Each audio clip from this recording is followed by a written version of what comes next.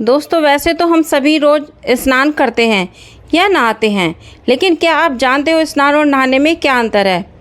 तो चलिए आज जानते हैं हम इस कथा के माध्यम से। एक बार देवी सत्यभामा ने देवी रुक्मिणी से पूछा कि दीदी, क्या आपको मालूम है कि श्री कृष्ण जी बार बार द्रौपदी से मिलने क्यों जाते हैं? कोई अपनी बहन के घर बार बार मिलने थोड़ी ना जाता है। मुझे तो लगता है कि कुछ गड़बड़ है।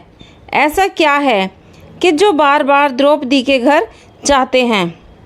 तो तब देवी रुक्मिणी ने कहा कि बेकार की बातें मत करो, ये बहन भाई का रिश्ता पवित्र रिश्ता है, जाओ जाकर अपना काम करो। तब ठाकुर जी सब समझ गए और कहीं जाने लगे तो देवी सत्यभामा ने पूछा कि प्रभु आप कहाँ जा रहे हो? तब ठाकुर जी ने कहा कि मैं द्रौपदी के घर जा रहा हूँ। अब तो सत्यभामा जी और बेचैन हो गई और तुरंत देवी रुक्मिणी से बोली कि देखो देवी दीदी, फिर वही द्रौपदी के घर जा रहे हैं। कृष्ण जी ने कहा कि क्या तुम भी हमारे साथ चलोगी?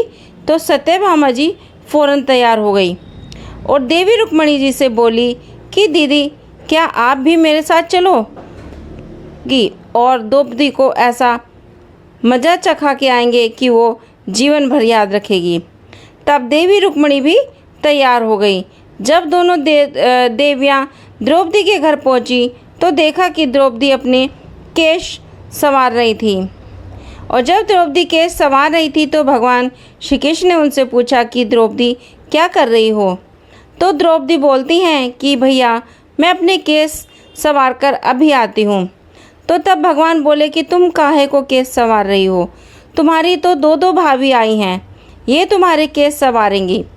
तब फिर कृष्ण जी ने देवी सत्यभामा से कहा कि तुम जाओ और द्रौपदी के सिर में तेल लगाओ और देवी रुक्मिणी तुम जाकर द्रौपदी की चोटी करो। तब सत्यभामा जी ने रुक्मिणी से कहा कि बड़ा अच्छा मौका मिला है, ऐसा तेल लगाऊंगी कि इसकी खोपड़ी के एक एक बाल तोड़ के रख दूंगी।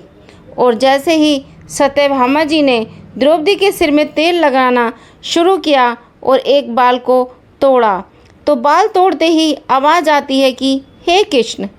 फिर उन्होंने दूसरा बाल तोड़ा, फिर आवाज़ आती है कि हे कृष्ण। फिर तीसरा बाल तोड़ा तो फिर आवाज़ आई कि हे कृष्ण। सत्यभामा जी को समझ नहीं आया और देवी रुक्मिणी से पूछा कि आखिर दीदी आखिर ऐसी क्या बात है कि द्रौपदी के मस्तक से जो भी बाल तोड़ती हूँ तो कृष्ण का नाम क्यों निकल कर आता है? रुक्मिणी जी बोली कि मैं तो नहीं जानती। पीछे से भगवान बोले, देवी सत्यभामा तुम देवी रुक्मिणी से पूछ रही थी कि मैं दौड़ दौड़ कर इस द्रौपदी के घर क्यों जाता हूँ, क्योंकि पूरे भूमंडल पर, पूरी पृथ्वी पर कोई संत, कोई साधु, कोई सन्यासी और कोई तपस्वी, कोई साधक, कोई उपासक ऐसा नहीं हुआ है जिसने एक दिन में 3.5 करोड़ बार मेरा नाम लिया हो। और द्रौपदी केवल ऐसी हैं जो एक दिन में 3.5 करोड़ बार मेरा नाम लेती है और प्रतिदिन स्नान करती है।